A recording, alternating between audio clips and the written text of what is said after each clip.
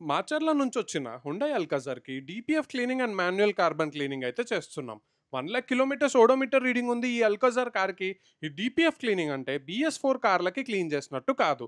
ఈ డీపీఎఫ్ ట్యాంక్ లోపలికి BMF cleaners and డీగ్రీజర్ పంపించి ఒక 24 అవర్స్ వరకు సోక్ చేసి అందులో ఫామ్ అయిన కార్బన్ని మొత్తం రిమూవ్ చేస్తాం. ఆల్రెడీ బ్లాక్ స్మోక్ ఇష్యూ అయితే ఉంది. ఎగ్జాస్ట్ టిప్స్ దగ్గర కూడా కార్బన్ ఎలా ఫామ్ అయిందో క్లియర్గా చూడొచ్చు. అలాగే ఈజీఆర్ ఇంటర్కూలర్ మ్యానిఫోల్డ్లో ఫామ్ అయిన కార్బన్ని కూడా రిమూవ్ చేసాము. మనం ఫస్ట్ నుంచి BS3 BS4 కార్లని మంచిగా మెయింటైన్ చేసింటే ఈ BS6 వరకు వచ్చి DPF filter, డెఫాయిల్, urea, add blue అనుకుంటూ ఇప్పుడు సఫర్ అవుతున్నాం.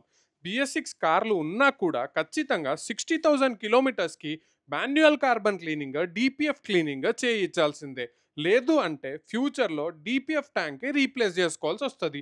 అరౌండ్ 50,000 రూపీస్ పైనే ఖర్చు అవుతుంది. మరి మీ BS6 కార్లకి చేయించారా లేదా